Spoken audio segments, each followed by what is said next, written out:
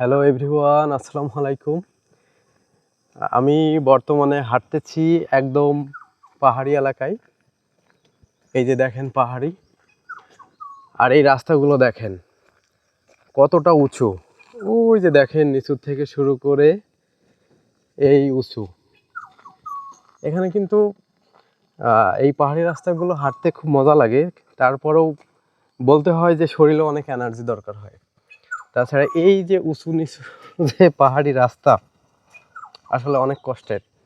আমি শুধু চিন্তা করি যে এইখানকার মানুষগুলোর জীবনধারা কেমন। আর এই রাস্তাগুলোতে মানে এই পাহাড়গুলোতে অনেক ধরনের জীবজন্তু থাকে, কিছু হিংস্র, কিছু গৃহপালিত।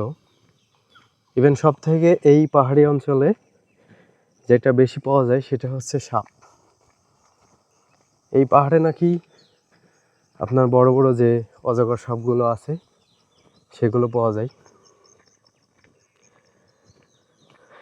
এবং এর সাথে বিষধর সাপগুলো বলে দেখা যায়।